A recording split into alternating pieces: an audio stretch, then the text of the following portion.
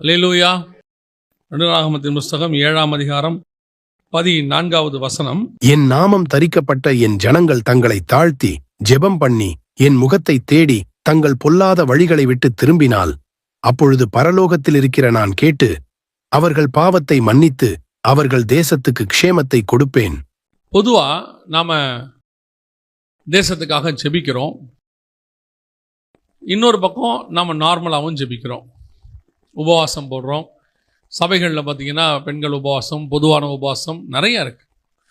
இப்படி இருக்கும் பொழுது நம்முடைய ஜெபங்கள் எதற்காக ஏறெடுக்கப்படுகிறது? ஒரு பக்கம் நான் பார்த்த வரைக்கும் சொல்கிறேன், தேசத்துக்காக ஜெபிக்கிறோம், ஆனால் நம்ம எதிர்பார்க்குற ரிசல்ட் வரல. என்ன வரல? ரிசல்ட் வரல. இன்னொரு பக்கம் பார்க்குறோம், நாம் நமக்காக ஜெபிக்கிறோம், உபவாசம் இருக்கிறோம் எல்லாருக்கும், ஆனால் தேசத்துக்காக இல்லை, உபவாசம் இருக்கிறோம். ஆனால் அதுக்கான ரிசல்ட் வருதான்னு பார்த்தா பல விஷயங்களுக்கு நமக்கு ரிசல்ட்டு வரல. பொதுவாக இந்த ஜெபத்தில், ஆனால் வசனம் சொல்லுது, ஜெபத்தை கேட்கிறவரே மாம்சமான யாவரும் உம்மிடத்திலே வருவார்கள் அப்படின்னு. அப்போது எல்லா ஜெபங்களுக்கும் அவர் பதில் கொடுக்குறார், எல்லா ஜெபங்களுக்கும் பதில் கொடுக்குறார். வெளிப்படுத்தல் 5 பார்க்கும்போது தூப கலசத்தை பிடிச்சி ஆட்டுறாங்க, அது பரிசுத்தவான்களுடைய ஜெபங்களே அப்படின்னு. அப்படி இருக்கும் பொழுது இந்த ஜெபத்துக்கு, எந்த ஜெபத்துக்கு கர்த்தர் பதில் கொடுக்கிறார், எந்த ஜெபம் கர்த்தருக்கு பிரியமாக இருக்கிறது, எது கர்த்தரிடத்திலிருந்து பதிலை வாங்கி கொடுக்கிறது அப்படிங்கிறது தான் நாம் இன்னைக்கு பார்க்க போகிறோம். இந்த வசனத்தை நீங்கள் வாசிக்கும் பொழுது 2 நாளாகமத்தின் புஸ்தகம் 7ஆம் அதிகாரம் 14வது வசனத்தில் ஆண்டவர் வாக்கு பண்ணுகிறார், நான் தேசத்துக்கு என்ன கொடுப்பேன்? க்ஷேமத்தை கொடுப்பேன் அப்படின்னு சொல்லி வாக்கு பண்றார். ஆனால் இந்த ஜெபம், தேசத்துக்காக ஜெபிக்கிறோம் அல்லது எத்தனையோ காரியங்களுக்காக ஜெபிக்கிறோம், ஆனால் அத்தனை ஜெபங்களுக்கும் பார்க்கும் பொழுது நம்முடைய பார்வையில் ஒரு நெகட்டிவ் ரிசல்ட் தான் இருக்கு. எனக்கு தெரிஞ்சு ரொம்ப வருஷமா 70 ஜெபம் பண்ணிட்டே இருக்கிறோம் இந்தியாவில். ஆனால் இந்த ஜெபத்துக்கு என்ன பதில் கிடைக்குது அப்படின்னு பார்த்தீங்கன்னு சொன்னா, நாம எக்ஸ்பெக்ட் பண்ற, நாம எதிர்பார்க்கக்கூடியதான அந்த இது கிடைக்கல. ஏதாவது சொல்றோம்னா, அந்த ஒரு எழுப்புதலுக்கான ரிசல்ட் நமக்கு வரல. எதிர்பார்த்துக்கிட்டே இருக்கிறோம், வரும்னு சொல்லி நினைக்கிறோம், ஆனால் இன்னும் வரல. என்ன காரணம்? ஒரு வசனத்தை இன்னும் கொஞ்சம் கூட நம்ம வாசிக்கலாம். பொதுவாக இன்னைக்கு சபைகளில் ஏறெடுக்கப்படுகிற ஜெபம், ஜெபம்னா நான் சொல்றது விசுவாசி தான், நான் சபை ஏறெடுக்கப்படுகிறதுனா அந்த ஜெபத்தை பாருங்க, வாசிங்க. ஏசாயா புஸ்தகம் 58ஆம் அதிகாரம் 4வது வசனம் வாசிங்க. இதோ வழக்குக்கும் வாதுக்கும் துஷ்ட தனத்துடைய கையினால் குத்துகிறதற்கும். அப்ப இந்த உபவாசம் ஜெபம் என்பது எதற்காக ஏறெடுக்கப்படுகிறது அப்படின்னு சொல்லி பார்த்தா, வசனம் சொல்லுது, வழக்குக்கும் வாதுக்கும் துஷ்டத்தனத்துடைய கையினால். ஆமா, அப்படின்னா என்ன அர்த்தம்? உங்களுடைய உபவாசம் எதற்காக இருக்கப்படுகிறது அப்படின்னு ஆண்டவர் கேட்கிறாரு. why you are fasting? எதுக்காக நீங்க உபவாசம் இருக்கிறீங்க? ஒன்று வழக்கு, இன்னொன்று வாது. அப்படின்னா என்ன அர்த்தம்? நமக்கு இருக்கிற பிரச்சனை, நமக்கு இருக்கிற ப்ராப்ளம், இதுக்காக தான் நம்ம உபவாசம் இருக்கிறோம். அடுத்து எதுக்கு உபவாசம் இருக்கிறோம்? துஷ்ட கையினால் குத்துவதற்கு, துஷ்ட தனத்துடைய கையினால் குத்துவதற்கு.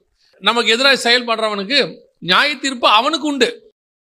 அது கர்த்தர் செய்ய வேண்டியதில்லை, அவன் விதைத்த வினையின்படி அது நடக்கும். அதுக்கான ரிசல்ட் தானா வரும், வந்திருக்கு. பட் நம்ம ப்ரேயர் எப்படி இருக்குது? நம்ம என்ன எக்ஸ்பெக்ட் பண்றோம் அப்படின்னா, உடனே இறங்கி கர்த்தர் அவனை நொறுக்கணும். ஒருவேளை எவனா ஒருத்தன் நமக்கு ஏதாவது பண்ணிட்டான், இப்போ ஒரு இது நடக்குது, நடந்த உடனே நம்ம இருதயத்தில் உடனே தோன்றது என்ன தெரியுமா? நம்மளை பண்ணதுக்காக தான் அவனுக்கு இது நடந்துச்சு. ஒரு சின்ன ஆக்சிடென்ட் நடக்குதுன்னு வச்சுக்கோங்களேன், நம்மளை பண்ணதுக்கு தான் இதெல்லாம் நடந்துச்சு அப்படின்னு அந்த நடந்த சம்பவத்துக்கும் நமக்கும் ஒரு கனெக்ஷன் நம்ம போட்டுப்போம். என்னமோ பரலோகம் நமக்காக உடனடியாக அதை செய்து அப்படின்னு சொல்லி. ஆக்சுவலா கர்த்தர் என்ன சொல்றாருன்னா, யாரோ எந்த ஒரு காரியத்துக்கும் உங்களுக்கு எதிராக எழும்புனா உங்களுடையதான ஜெபம் அவனை நொறுக்குவதற்காக இருக்கக்கூடாது.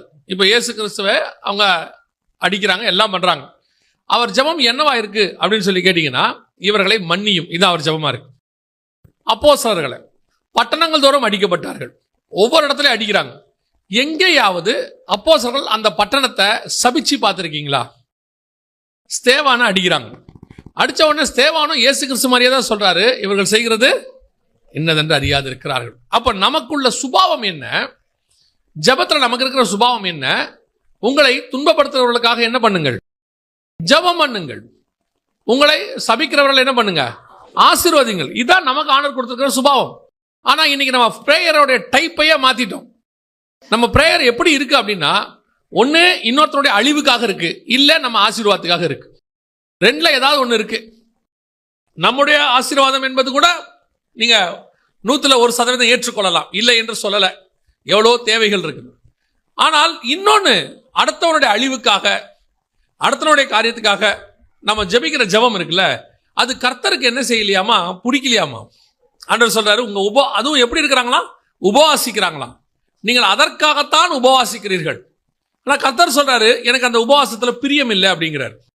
அப்போ நம்முடைய பிரேயர் எதை அடிப்படையாய் கொண்டது, நாம எதுக்கு ஜெபிக்க வேண்டி இருக்கிறது, கர்த்தர் எதை நம்மிடத்துல என்னத்துக்காக ஆண்டவர் ஒரு பிரேயரை எதிர்பார்க்கிறாருன்னா, நீங்க வாச 2:7 அவர் சொல்றாரு, தேசத்துக்கு நான் சேமத்தை கொடுப்பேன், தாழ்த்தி என்னை நோக்கி. அந்த வசனம் சொல்லுது, என் நாமம் தரிக்கப்பட்ட ஜனங்கள் தங்களை தாழ்த்தி ஜெபம் பண்ணி என் முகத்தை தேடி. அப்ப இந்த ஜெபம் எதுக்காக இருக்கு அப்படின்னு கேட்டா, ஒரு தேசத்தினுடைய சேமத்துக்காக இருக்கு.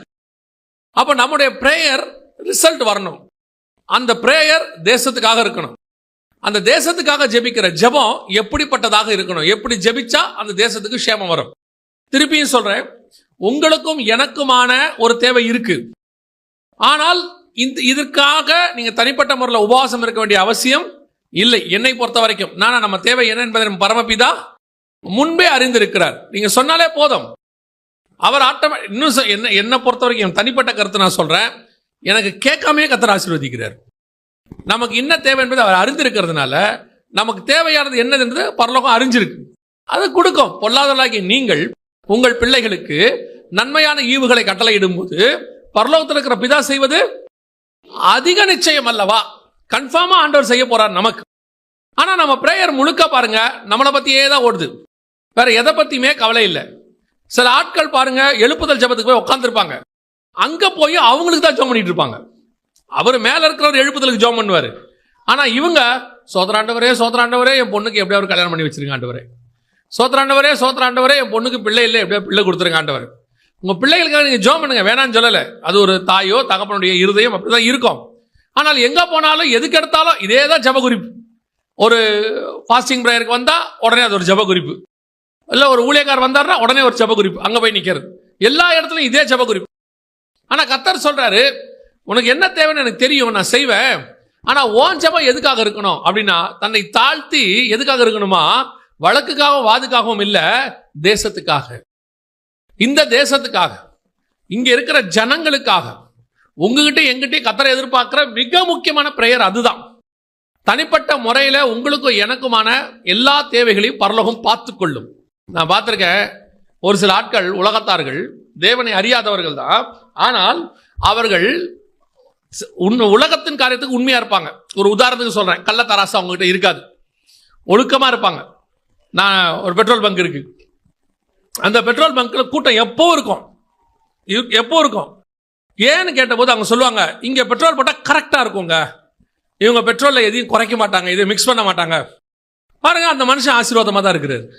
அந்த உண்மைக்கு ஆட்டோமேட்டிக்கா என்ன செய்றாங்க, ஜனங்க தேடி வராங்க. ஒரு உலகத்தா மனுஷனுக்கு அதுக்கே ஜனங்க தேடி வருவாங்கன்னா, ஒரு ஆவிக்குரிய உண்மை உள்ளவனா இருந்தானா, ஒரு கிறிஸ்தவ உண்மை உள்ளவனா இருந்தானா, வேதம் சொல்லுது உண்மை உள்ள மனுஷன் பரிபூர்ண ஆசீர்வாதங்களை பெறுவான். இதுக்கு நீங்க எதுவும் கேட்க வேண்டாம், அது ஃபார்முலா. இப்படி இருந்தா அது கிடைக்கும். உன் ஆயுசு நாட்கள் நீடித்திருக்கும்படிக்கு உன் தாய் தகப்பனை கனம் பண்ணா தானா அது நடக்க போகுது, அவ்வளவுதான். உன் தாயின் தகப்பனை நீ கனம் பண்ணினா உன் ஆயுசு நாட்கள் நீடித்து இருக்கும், அவ்வளவுதான். உன் தேவனாகிய கர்த்தரை நீ தேடினா, உண்மையா தேடினா, அவருடைய நியமங்கள் சட்டங்களை கை கொண்டினா, எகிப்தின் மேல் வந்த வாதை உன்மேல் வரப்பண்ணேன், நானே உன் பரிகாரியாகிய, அதை கரெக்டா பண்ணா இது நடக்கும். அது ஆண்டவருடைய வாக்கு தத்தம், அது வாட்டு நடக்கும். இப்போ உங்களுடைய என்னுடைய பிரேயர் பிரதானமானது எதுக்கானதாக இருக்கு, நமக்காகவே ஜெபம் பண்ணிட்டு இருக்கும். தனிப்பட்ட முறையில் என் ஆவிக்குரிய வாழ்க்கை ஸ்டாண்டர்ட் ஆகணும், பரிசுத்தமா இருக்கணும், வரங்கள் வேணும், ஆண்டவருக்குள்ள நல்ல, அது தனி, அது வேணா விட்டுருங்க. அது ஸ்பிரிச்சுவல், கீழானவைகள் அல்ல மேலானவைகளை நாடுங்கள். ஆனா அந்த கீழான காரியங்களுக்கே நீங்க தேடி தேடி தேடி. ஆனா பைபிள் சொல்லுது, வழக்குக்காகவும் வாதுக்காகவும் உபவாசம் பண்ணாதீங்க, அடுத்தவருடைய கெடுதலுக்காக உபவாசம் பண்ணாதீங்க, இன்னொருத்தன் நாசமாகணும்னு உபவாசம் பண்ணாதீங்க. நீங்க எதுக்காக ஜெபம் பண்ணுங்க அப்படின்னு கேட்டா, தேசத்தின் சேமத்துக்காக உங்களை தாழ்த்தி ஜெபம் பண்ணுங்க, நான் தேசத்துக்கு என்னத்தை கொடுப்பேன். அப்போ இந்த தேசத்தினுடைய எழுப்புதல், இந்த தேசத்தினுடைய மக்களுடைய ரட்சிப்பு, இந்த நாடு கர்த்தர் அறிகிற அறிவுல வரணும் அப்படின்னு உங்களுக்கு ஒரு வாஞ்சை இருந்தால், உங்கள் ஜெபம் நான் ஒரு சில காரியங்களை வேதத்துல சொல்றேன், இதன் அடிப்படையில் இருக்கணும். இதன் அடிப்படையில் இருந்தால் நீங்கள் எதிர்பார்க்காத அல்லது எதிர்பார்த்ததை விட அதிகமான ரிசல்ட்டை, அதுக்கான பதிலை கர்த்தர் கொடுப்பதற்கு வல்லமை உள்ளவராக இருக்கிறார். அல்லேலூயா. இப்ப நல்லா கவனிங்க, ஒரு மிகப்பெரியதான பேரழிவு யார் காலத்துல வருது அப்படின்னு கேட்டீங்கன்னா எஸ்தர் காலத்துல வருது. நம்ம எல்லாருக்கும் தெரியும், ஆமானுங்கிறவன் என்ன செய்யறான், எல்லாரையும் ஒரே நாள்ல க்ளோஸ் பண்ண சொல்லி தாக்கீது எழுதி ராஜா கிட்ட இருந்து தந்திரமா வாங்கி அனுப்பிட்டான். இப்ப கணக்கின்படி தேசத்தின் சட்டம் அந்த சிறுபான்மை மக்களுக்கு எதிராக இருக்கிறது. அங்க சிறுபான்மை யூதர்கள். அந்த நான் சொல்றது எஸ்தர் காலத்துல சிறுபான்மை யாரு? யூதர்கள். சோ பெரும்பான்மையான மக்கள் அல்லது அந்த பெரும்பான்மையான அந்த நாடு ஒரு சட்டத்தை ஏற்றுகிறது. என்ன சட்டம் ஏற்றுகிறது? சிறுபான்மை மக்களுக்கு எதிரான சட்டத்தை ஏற்றுகிறது. சிறுபான்மை மக்களுக்கு எதிரான சட்டத்தை ஏற்றி அந்த ஜனங்களை நொறுக்கணும் அல்லது அவங்கள கிரஷ் பண்ணணும். இன்னும் சொல்ல போனா இந்த சட்டத்தை ராஜா எழுதி அவன் வாங்கி கொடுக்கும் பொழுது எல்லாரையும் க்ளோஸ் பண்ணணும், ஒழிச்சு கட்டணும் பிளான். ஆனா கவனிச்சுக்கொள்ளுங்க, இப்படி ஒரு சம்பவம் நடக்குது. சட்டம் போட்டாங்க, ராஜாவும் அது கையெழுத்து போட்டாரு. அதுக்கு கீழே இருக்க பிரதானிகள் எல்லாம் அதுக்கு ரெடியா இருக்கிறாங்க. எல்லா மாநிலத்திலையும் இவங்களை நொறுக்கிறதுக்கான நேரம் என்ன ஆயிருச்சு? ரெடி ஆயிருச்சு, டேட் குறிச்சாச்சு. இப்படி ஒரு சிச்சுவேஷன் யோசிச்சு பாருங்க. நமக்கு அந்த மாதிரி சிச்சுவேஷன்லாம் இல்ல. நெருக்கம் இருக்கு, நெருக்கம் இருக்கு. ஆல் ஓவர் இந்தியா நமக்கு நெருக்கம் இருக்கு. ஆல் ஓவர் த வேர்ல்டு நெருக்கம் இருக்கு. சபைக்கு நெருக்கம் இல்லாத நாடே கிடையாது. ஒவ்வொரு விதமான நெருக்கம் இருக்கும். ஒன்னு ஆவிக்குரிய நெருக்கம் இருக்கும், இல்ல பிசிக்கல் நெருக்கம் இருக்கும், ஏதோ ஒரு நெருக்கம் இருக்கும். அப்படி இருக்கும் பொழுது இதுல இருந்து தப்பிக்கிறதுக்கு அவங்க செய்த மிக முக்கியமான ஒரு விஷயம் உபவாசம். எப்படி பண்ணாங்க அப்படின்னு சொல்லி நீங்க பாத்தீங்கன்னு சொன்னா, முதலாவதாக எஸ்தரின் புஸ்தகத்தை திருப்பிக் கொள்ளுங்க. இங்கே 3 வகையான உபவாசம் ஒன்றாக சேருகிறது. நல்லா கவனிங்க, 3 வகையான உபவாசம் ஒன்றாய் சேருகிறது. நம்பர் 1 வாசிங்க, எஸ்தரின் புஸ்தகம் 4ஆம் அதிகாரம் 16வது வசனம் வாசிங்க. எஸ்தர் 4:16. நீர் போய் சூசானில் இருக்கிற யூதரை எல்லாம் கூடி வர செய்து 3 நாள் அல்லும் பகலும் புசியாமலும் குடியாமலும் இருந்து எனக்காக உபவாசம் பண்ணுங்கள், நானும் என் தாதிமாரும் உபவாசம் பண்ணுவோம். இவ்விதமாக சட்டத்தை மீறி ராஜாவினிடத்தில் பிரவேசிப்பேன், நான் செத்தாலும் சாகிறேன் என்று சொல்லச் சொன்னாள். நல்ல கவனிங்க, இந்த வசனம் சொல்லுது 4ஆம் அதிகாரத்துல மிக தெளிவாக எஸ்தர் 3 பேரை ஜெபிக்க சொல்றா. 3 விதமான ஜெபம் அந்த இடத்துல சொல்லப்படுகிறது. வாசிங்க, இன்னொரு வசனத்தை வாசிங்க. எஸ்தரின் புஸ்தகம் 4ஆம் அதிகாரம் 1 முதல் 3 வாசிங்க. நடந்த யாவற்றையும் மொர்தெகாய் அறிந்தபோது மொர்தெகாய் தன் வஸ்திரங்களை கிழித்து இரட்டுடுத்தி சாம்பல் போட்டுக்கொண்டு நகரத்தின் நடுவே புறப்பட்டு போய் துயரமுள்ள மகா சத்தத்துடனே அலறிக்கொண்டு 3வது வசனம், ராஜாவின் உத்தரவும் அவனுடைய கட்டளையும் போய்ச் சேர்ந்த ஒவ்வொரு நாட்டிலும் ஸ்தலத்திலும் உள்ள யூதருக்குள்ளே மகா துக்கமும் உபவாசமும் அழுகையும் புலம்பலும் உண்டாகி அநேகர் இரட்டுடுத்திச் சாம்பலில் கிடந்தார்கள். நல்லா கவனிங்க, ஒரு மிகப்பெரியதான சட்டம் நமக்கு அகைன்ஸ்டாக இருக்கிறது. யாருக்கு? எஸ்தர் காலத்துல யூதர்களுக்கு அகைன்ஸ்டாக இருக்கிறது. ஆல் ஓவர் த வேர்ல்ட் மிகப்பெரியதான சட்டம். 127 நாட்டுக்கு ஒரு சட்டம் போடுறாங்க.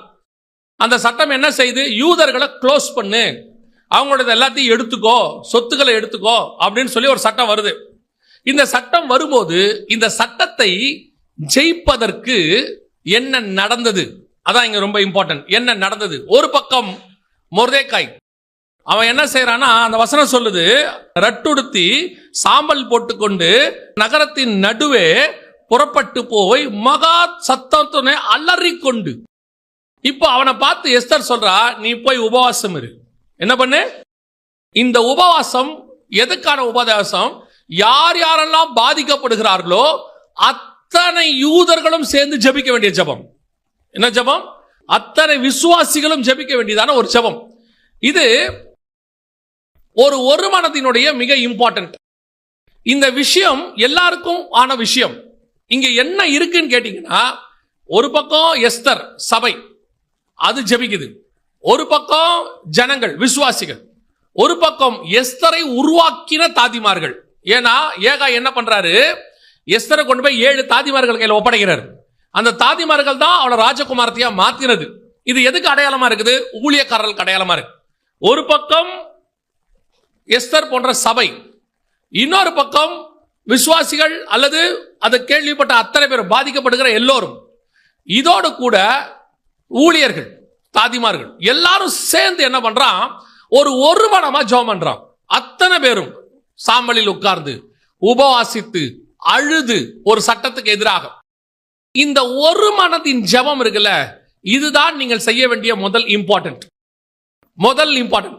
நீங்கள் உபவாசம் இருக்கிறது முக்கியம். அதை விட முக்கியம் ஒரு மனதோடு கூட உபவாசம் இருத்தல்.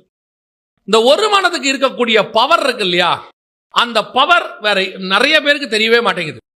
என்ன அதுக்கு ஒரு பவர் இருக்குது அப்படின்னு சொல்லி கேட்டீங்கன்னா, அப்போஸ்தலர் நடவடிக்கைகளை நீங்க எடுத்துக்கொள்ளுங்க. ஒரு எழுப்புதல், மிகப்பெரிய எழுப்புதல் வந்துச்சு. அப்போஸ்தலர் நடவடிக்கைகள் என்ன வருது? பெரிய எழுப்புதல் வருது. அந்த எழுப்புதலுக்கு அங்க ஏற்பட்ட மிக முக்கியமான விஷயத்தை கவனிங்க, வாசிங்க. அப்போஸ்தலர் நடவடிக்கைகள் 1ஆம் அதிகாரம் 14வது வசனம் வாசிங்க. அங்கே இவர்கள் எல்லாரும் ஸ்திரீகளோடும் இயேசுவின் தாயாகிய மரியாளோடும் அவருடைய சகோதரரோடும் கூட ஒருமனப்பட்டு ஜெபத்திலும் வேண்டுதலிலும் தரித்திருந்தார்கள். ஒருமனப்பட்டு. இப்ப வாசிங்க 2:1. பெந்தெகொஸ்தே என்னும் நாள் வந்தபோது அவர்கள் எல்லாரும் ஒருமனப்பட்டு ஓரிடத்திலே வந்திருந்தார்கள். அடுத்து 2:41 வாசிங்க. அவனுடைய வார்த்தையை சந்தோஷமாய் ஏற்றுக்கொண்டவர்கள் ஞானஸ்நானம் பெற்றார்கள். அன்றைய தினம் ஏறக்குறைய 3000 பேர் சேர்த்துக் கொள்ளப்பட்டார்கள். 4:4 வாசிங்க.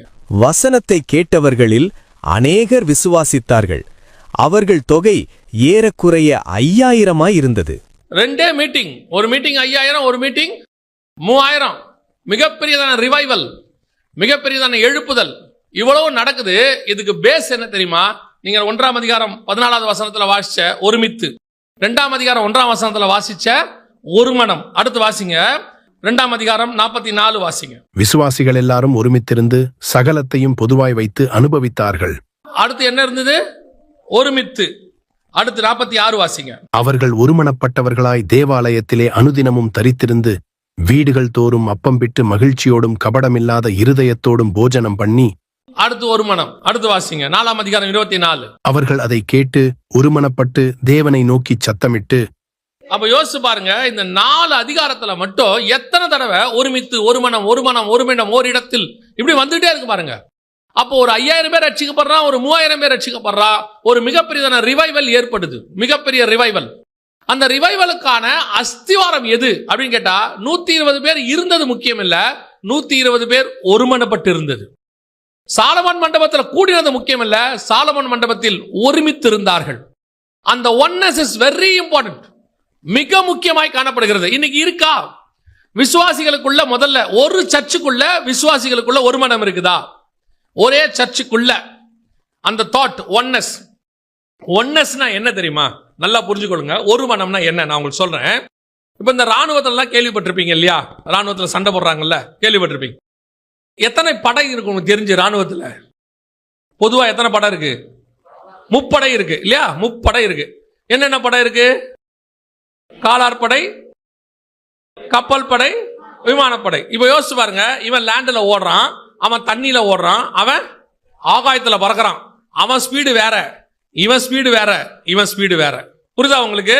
அடுத்து அவன் பூமியை பார்க்கிற நிலைமை வேற. இவன் தண்ணில இருந்து பூமியை பார்க்கறான், இவன் பூமியில இருந்து பூமியை பார்க்கறான். இவங்கிட்ட இருக்கிற ஆயுதங்கள், அவங்கிட்ட இருக்கிற ஆயுதங்கள், அவங்கிட்ட இருக்கிற ஆயுதங்கள் வித்தியாசமானது.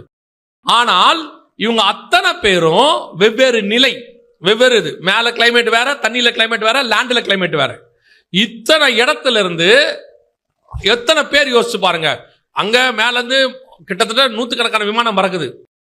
ஒவ்வொன்றிலும் 2 பேர்னா கூட ஒரு 50ல இருந்து 100 பேர் இருக்கான். இங்க கப்பல்ல இத்தனை பேர் இருக்கான், இங்க விமான தரைப்படையில 1000 கணக்கில் இருக்கான். இவ்வளவு பேரும் சேர்ந்து வெவ்வேறு விதம், வேற இடம், வேற கிளைமேட், வேற ஆயுதங்கள் அத்தனை இருக்கு. ஆனா இலக்கு ஒன்னாக இருக்கிறது. அத்தனை பேருக்கு என்ன இருக்குது? அந்த எதிரி நாட்டை நாம பிடிக்கணும், அவ்வளவுதான். இந்த ஒரு இலக்குல இருந்து சண்டை போடுறாங்கல்ல, அதுவும் இன்னும் பெரிய விஷயம் என்ன தெரியுமா? கப்பல்காரன் அப்படியே கரையில நின்றுகிட்டே இருப்பான், மேல இருந்து இவன் குண்டு போடுவான், இவன் கிளியர் பண்ண தரப்பட என்ன செய்யும்? உள்ள போயிட்டே இருக்கும். எப்படி ஒரு பிளான் பண்ணி பண்றாங்க பாருங்களேன். இதுக்கு பேர் தான் ஒரு மனம். அவன் வேற இடத்துல இருக்கான், இவன் வேற இடத்துல இருக்கான், இவன் வேற இடத்துல இருக்கான். கம்யூனிகேஷன் ஒன்னா இருக்குது. அவர்கள் ஒன்றாக ஒரு ஸ்தலத்தை பிடிக்க போராடுகிறார்கள். இந்த ஒன்னஸ் தான் உங்களுக்கு எனக்கும் வேணும். இன்னைக்கு நாம ஒரு சபைக்குள்ள உட்கார்ந்து இருக்கிறோம், ஒன்னஸ் இருக்குதா? முதல்ல உங்களுக்குள்ள ஒரு மனம் வந்தாதான் உங்க ஏரியாக்குள்ள இருக்கிற சர்ச்சுக்குள்ள ஒரு மனம் வரும். உங்க ஏரியாக்குள்ள இருக்கிற சர்ச்சில் ஒரு மனம் வந்தாதான் உங்க மாவட்டத்துக்கு வரும். உங்க மாவட்டத்துக்கு வந்தாதான் தமிழ்நாடு முழுக்க வரும். எல்லா மாவட்டமும் இப்படி மாறி ஒரு தமிழ்நாடு ஒரு நிலையில நிக்கணும். இப்ப என்ன இருக்கு? 127 நாட்டில் இருக்கிற யூதனும் ஒன்னா ஜெபம் பண்றான், உபவாசம் இருக்கிறான். ஏன் கர்த்தர் மிகப்பெரிய ரட்சிப்பை கட்டளை இட்டார்? ஏன் அந்த சட்டம் ஒரே நாள்ல மாறுது, தலைகீழா மாறுது? அதுக்கு வேற ஒரு விஷயமும் இருக்கு. ஆனா இது ஒரு பாயிண்ட். அந்த ஒன்னஸான ஜெபம் இன்னைக்கு சபைகிட்ட இல்ல. சபையோடைய ஜெபம் எதுக்காக இருக்குது? வழக்குக்காக இருக்குது, வாதுக்காக இருக்குது, துஷ்டத்தனத்துக்காக இருக்குது. நமக்காக இருக்குது, நம்ம ஆசீர்வாதத்துக்கு இருக்குது, குடும்ப ஆசீர்வாதம், நம்ம பிள்ளைகள் ஆசீர்வாதம். இதுக்காக மட்டுமே நாம ஜெபிச்சுக்கிட்டு இருக்கிறோமே ஒழிய, இது நான் வேணான்னு சொல்லல, இதுக்காக மட்டுமே ஜெபிச்சுட்டு இருக்கோமே ஒழிய, இந்த தேசத்தை பத்தினதான ஒரு பாரம் யாருக்கு இல்ல? மொர்தெகாய்க்கு என்ன பிரச்சனை? நல்ல வாசல்ல இருக்கிறான். அவன் வளர்த்த பொண்ணு எங்க இருக்குது? ராஜகுமாரத்தியா இருக்குது. அது என்ன பண்ணுது? தட்டுல நல்ல சாப்பாடு வச்சு அனுப்புது. சூப்பரா சாப்பிடுங்க அப்படின்னு அனுப்புது. கேட்டா எஸ்தர்ட்ட கேட்டா நல்ல வேலை ஒன்று வாங்கி கொடுத்துரும் அரசாங்கத்தில். அவன் ஆல்ரெடி அரசாங்கம் தான் இருக்கிறான், நல்லா பண்ணி விட்டுறான். மொர்தெகாய் நான் உண்டு, என் வேலை உண்டு, 127 நாட்டில் நடக்க போகுது, ஆனா அரண்மனையில் இருக்கிற நமக்கு ஒன்றும் நடக்காது, பார்த்துக்கலாம் அப்படின்னு ஒரு எண்ணம் அவனுக்கு வரல. இன்னைக்கு இந்த எண்ணம் தான் நமக்குள்ள இருக்குது. உத்தரப்பிரதேசல பிரச்சனை வந்தா நமக்கு என்ன, பீகார்ல வந்தா நமக்கு என்ன, ஒரிசால வந்தா நம்ம என்ன, தமிழ்நாடு நல்லா இருக்குது, இதான் நம்ம தாட். இந்த தாட் இருக்கிற வரைக்கும் எழுப்புதல் என்பது வரவே வராது. எழுப்புதல் வரவே வராது. 127 நாட்டுல பிரச்சனை, எனக்கு பிரச்சனை இல்ல, ஆனா 127 நாட்டுல பிரச்சனை இருக்குது. அவனுக்கு ஒரு பிரச்சனை வந்தா அது என்னுடைய பிரச்சனை. ஏன்னா அவனும் என் இயேசுவின் ரத்தத்தாலே மீட்கப்பட்டவன், அவனும் என்னுடைய சக சகோதரன். உனக்கு எப்ப அவன் மேல பாரம் வராம உன்னுடைய அந்த இப்ப இருக்கக்கூடியதான இந்த வட்டம் உனக்கு பிரச்சனை இல்லாம இருக்குது, நீ சந்தோஷமா இருக்கிறியோ, உன்னாலதான் எழுப்புதல் வரலங்கிற. நான் உன்னாலதான் எழுப்புதல் வரல. காரணம் என்ன? நமக்கு அதை பத்தின பாரம் கொஞ்சம் கூட இல்ல. சிங்க கபில எந்த சபை போதோ அந்த சபை சிங்க கபிலிருந்து வெளியே வரும். சபை ஒளிந்ததாகவோ சபையை அழித்ததாகவோ சரித்திரமே கிடையாது. எல்லா இடத்தையும், ஏன் கம்யூனிச நாடுகள்ல கூட சபை இன்னும் இருக்கு. பாதாளத்தின் வாசல்கள் என்ன செய்யாது? மேற்கொள்ளாது. ஆனால் நீயும் உன் தகப்பன் வீட்டாரும் அழிவீர்கள். ஒரு நாள் இந்த பிரச்சனை இங்க வருவதற்கும் வாய்ப்பு இருக்குது. இப்பவே நீ ஜெபிச்சிட்டா நல்லது, இப்பவே நீ உபவாசம் இருந்துட்டா நல்லது. இன்னைக்கு இங்க அந்த பாரம் இல்ல. சபை என்ன நினைச்சிட்டு இருக்குது? நம்ம சேஃப், இங்கெல்லாம் ஒண்ணு வராதுங்க. நல்லா புரிஞ்சுக்கோங்க. இந்த சேஃபா இருக்கிறோம் நினைச்சிட்டு இருக்கோம்ல, இதுதான் உன்னுடைய பிரச்சனையே. இதுதான் என்னது உன் பிரச்சனையே. உன்னை தெரியாமலேயே உன் அரண்மனைக்குள்ள ஆமான் இருக்கிறான். யார் இருக்கிறான் உள்ள? யார் இருக்கிறது? உனக்கு தெரியாமையே உன் அரண்மனைக்குள்ள ஆமான் இருக்கிறான், உள்ள நுழைஞ்சிட்டான். உன் பிரச்சனை உள்ளேயும் இருக்கு. ஆனா நீ நினைச்சிட்டு இருக்கிற நான் ராஜகுமாரத்தி, நாங்க இங்க பிரச்சனை இல்லாம இருக்கிறோம், நாங்க இங்க உபத்திரவம் இல்லாம இருக்கிறோம் அப்படின்னு சொல்லி ஒரு நாள் உனக்கும் வரும். அதுக்கு வராம இருக்கணும் நீ நினைச்சினா இப்பவே ரட்டுடுத்தி சாம்பல்ல உட்கார வேண்டிய இடத்துக்கு நீ வந்துட்ட. இப்பவே நீ ஜெபிக்க வேண்டிய இடத்துக்கு வந்தாச்சு. அடுத்து எஸ்தர் சொன்னது என்ன தெரியுமா? ரெண்டாவது அந்த வசனம் என்ன சொல்லுது பாருங்க. 16வது வசனம் வாசிங்க. நீர் போய் சூசானில் இருக்கிற யூதரை எல்லாம் கூடி வர செய்து 3 நாள் அல்லும் பகலும் புசியாமலும் குடியாமலும் இருந்து எனக்காக உபவாசம் பண்ணுங்கள், நானும் என் தாதிமாரும் உபவாசம் பண்ணுவோம். யார் இந்த தாதிமாரு? 2ஆம் அதிகாரம் 9வது வசனம் வாசி. அந்த பெண் அவன் பார்வைக்கு நன்றாயிருந்ததினால் அவளுக்கு அவன் கண்களிலே தயை கிடைத்தது. ஆகையால் அவளுடைய சுத்திகரிப்புக்கு வேண்டியவைகளையும் அவளுக்கு தேவையான மற்றவைகளையும் அவளுக்கு கொடுக்கவும் ராஜ அரமனையில் இருக்கிற 7 தாதிமார்களை அவளுக்கு நியமிக்கவும் ஜாக்கிரதைப்பட்டு கன்னிமாடத்தில் சிறந்த ஒரு இடத்திலே அவளையும் அவள் தாதிமார்களையும் வைத்தான். யார் இந்த தாதிமார் தெரியுமா? இவங்க தான் எஸ்தரியா ரெடி பண்றவங்க. இவங்க தான் யாரு? எஸ்தரியா ரெடி பண்றவங்க, ராஜாவுக்கு ஏத்த மாதிரி மாத்துறவங்க. ஆனா வசனம் சொல்லுது, இவ சொல்றா நானும் என் தாதிமாரும். எஸ்தர் யார மாத்திருக்கா தெரியுமா? தன்னை உருவாக்கின தாதிமாரை என்ன சொல்றா? உபவாசம் கொடுக்கிறவங்களா மாத்திட்டா, உபவாசம் எடுக்கிறவங்களா மாத்திட்டா. இது 2வது எது இருக்கு? ஒரு சபையை உருவாக்குறது 5 வகையான ஊழியங்கள். சபை உருவாக்குவது 5 வகையான ஊழியகம். இந்த 5 வகையான ஊழியமும் ஒருமனப்படணும். 5 வகை ஊழியம் என்ன ஆகணும்? ஒருமனப்படணும். ஒருமனப்பட்டு அத்தனை பேரும் விசுவாசிகளோடு கூட சேர்ந்து என்ன செய்யணும்? ஜெபிக்கணும். விசுவாசியோடு சேர்ந்து ஜெபிக்கணும். இந்த 5 வகையான ஊழியர்களும் ஒன்னா சேருவாங்களா? முதல்ல ஒரு வகையான ஊழியக்காரரை ஒன்னா சேருவாங்களா? எல்லா எவாஞ்சலிஸ்டும் ஒன்னா ஒரு மனதில் வர முடியுமா? எல்லா பாஸ்டரும் ஒரு மனமா வர முடியுமா? எல்லா அப்போஸ்தலரும் ஒன்னா வர முடியுமா? எல்லா தீர்க்கதரிசியும் எல்லா எவாஞ்சலிஸ்டும் ஒன்னா வர முடியுமா? இவங்க எல்லாம் ஒன்னா வந்து இப்ப 5 பேர் என்ன செய்யணுமா? ஒன்னா வரணும். இந்த 5 வகையான ஊழியமும் அதுல உள்ள எல்லா ஊழியர்களும் ஒருமனப்பட்டு வந்தா கர்த்தர் கண்டிப்பா தேசத்துக்கு சேமத்தை கட்டளையிடுவார். அல்லேலூயா. இப்போ மேல இருந்து குண்டு போடுறான் விமானப்படையில, அவன் போட்டு முடிகிற வரைக்கும் யார் அமைதியா இருக்கணும்? தரைப்படை அமைதியா இருக்கணும். அவன் வந்து குண்டு போட்டு கிளியர் பண்ண பிறகு சொல்லுவான், நவ் யூ ஆர் என்டர் ஆகுங்கன்னு. அதுக்கப்புறம் அவன் என்ன செய்வான்? உள்ள போவான். இப்போ அந்த தரப்படக்காரனுக்கு என்ன தோணுது? விமானப்படக்காரனாங்க நல்லா ஜாலியா மேல இருக்கிறான், ஒரு பிரச்சனை இல்லை, நல்ல குண்டு போட்டு போய் இறக்கிறான், 1/2 மணி நேரம் வேலை 1 மணி நேரம் வேலை அப்படின்னு நினைச்சுக்கிறாங்க. அவனுக்கு தான் தெரியும் அவன் பிரச்சனை என்னன்னு. அவன் ஆகாயத்தில் இருக்கிறான். இவன் நினைப்பான் இவன் செத்தாலாவது வீட்டுக்கு பாடி போகும், நம்ம செத்தா பாடி கூட போகாது, தூள் தூளாகி காணாம போயிடும். அவனுக்கு ஒரு ரிஸ்க் இருக்கு.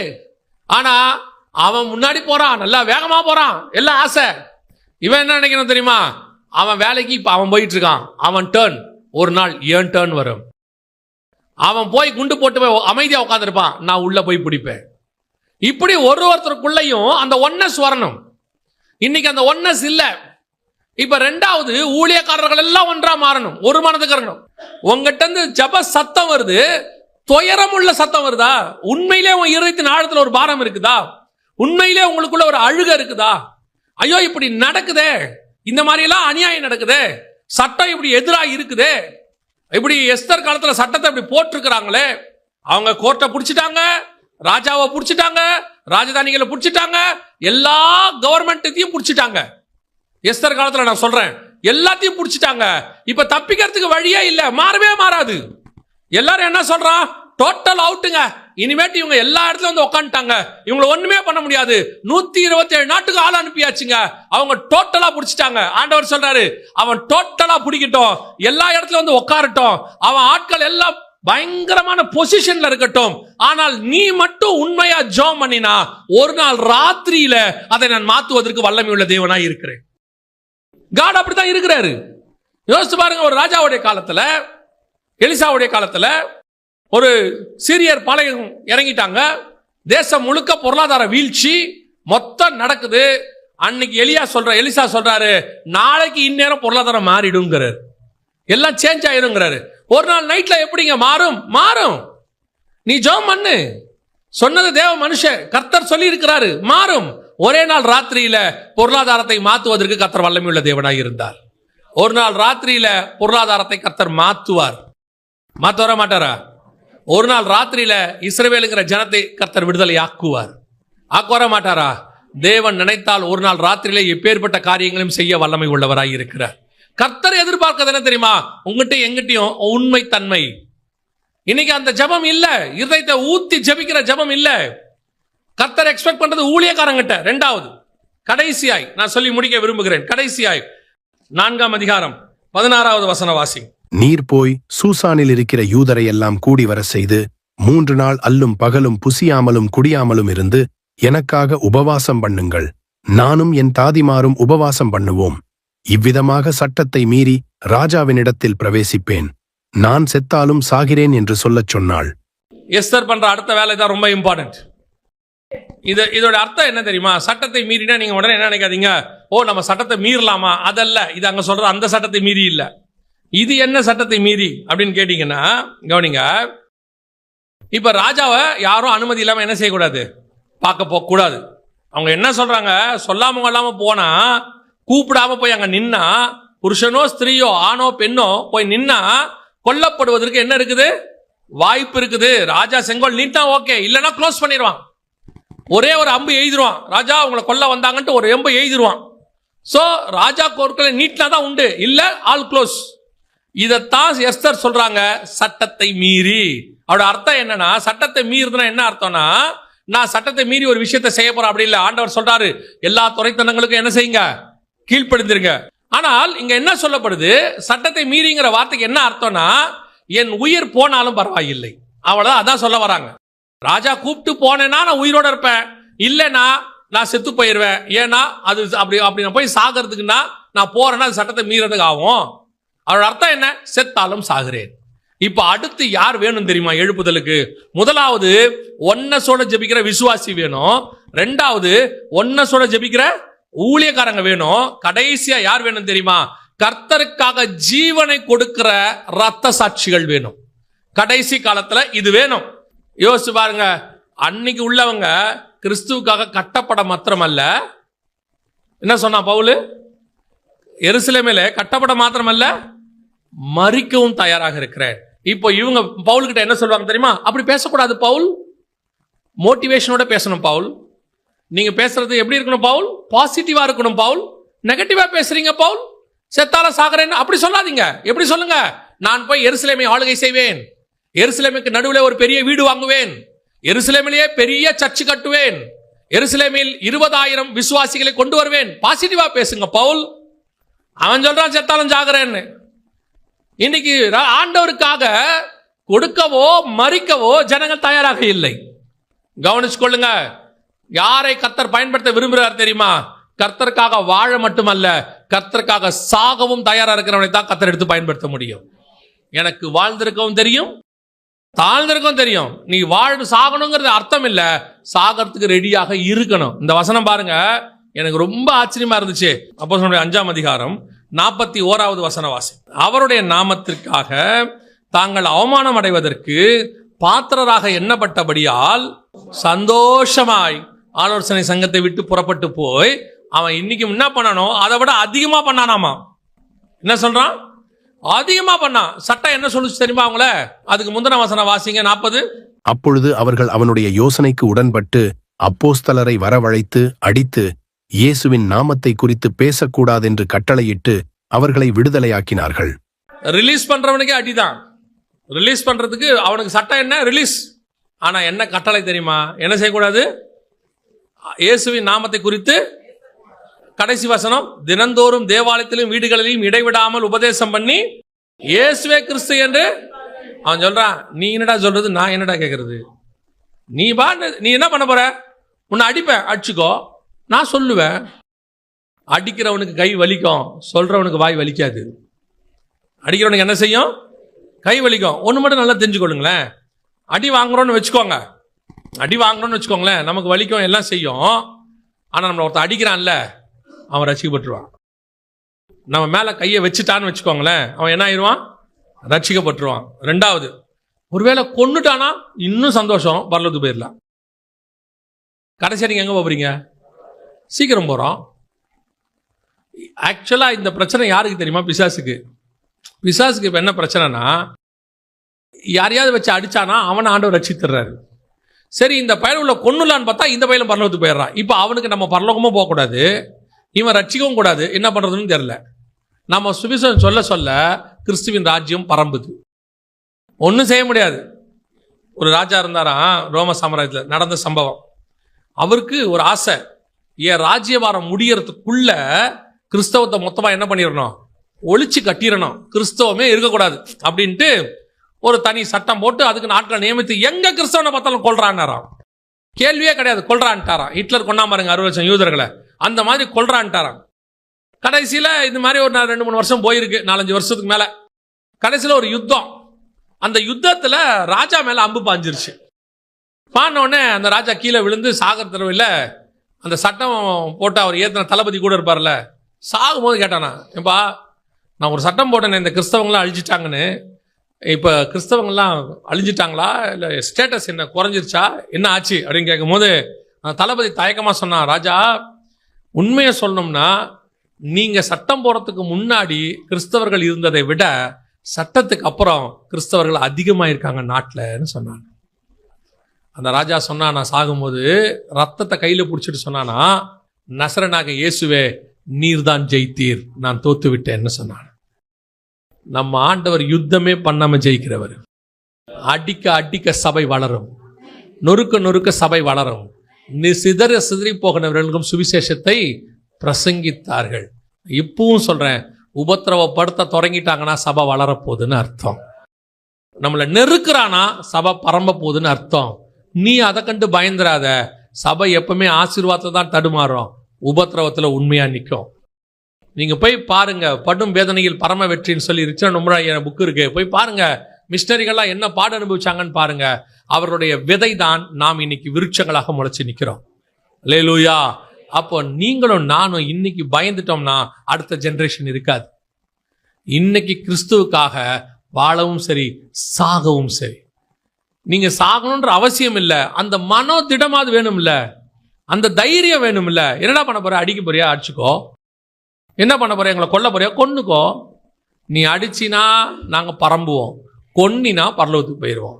எவ்வளவு பேரை கொல்லுவ நீ? கொல்ல ஒரு இயேசுவை கொன்னாங்க உலகம் முழுக்க கிறிஸ்தவர்கள். ஒரே ஒரு இயேசுவை கொண்டாங்க.